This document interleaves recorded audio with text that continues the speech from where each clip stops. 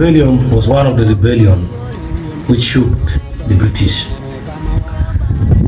It was done by the Acoli people, led by Chief Awich, who was by then the paramount chief of the Acoli. Actually, that position was even put by the British. Chief Awich was the chief of the ward of Lamogi, but later he was put as the aide of all the Acoli chiefs, aka the paramount chief. But he later on realized the British wanted what was not right. They wanted to get slaves, they wanted to use people by force. Then he turned against them to bring about the rebellion.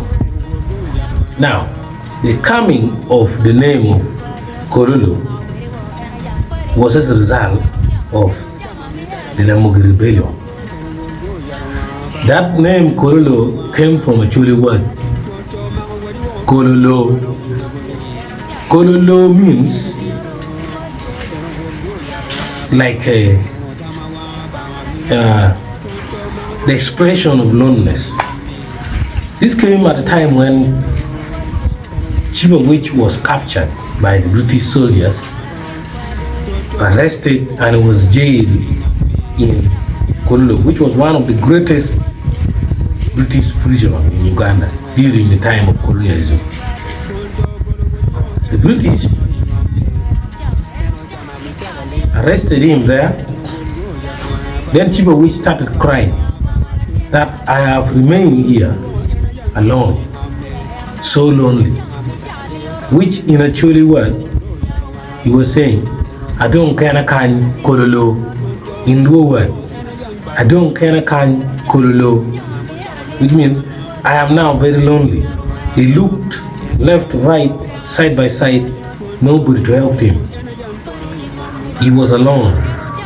He was already towards preparing to face his death. So that is how the name Kololo came about.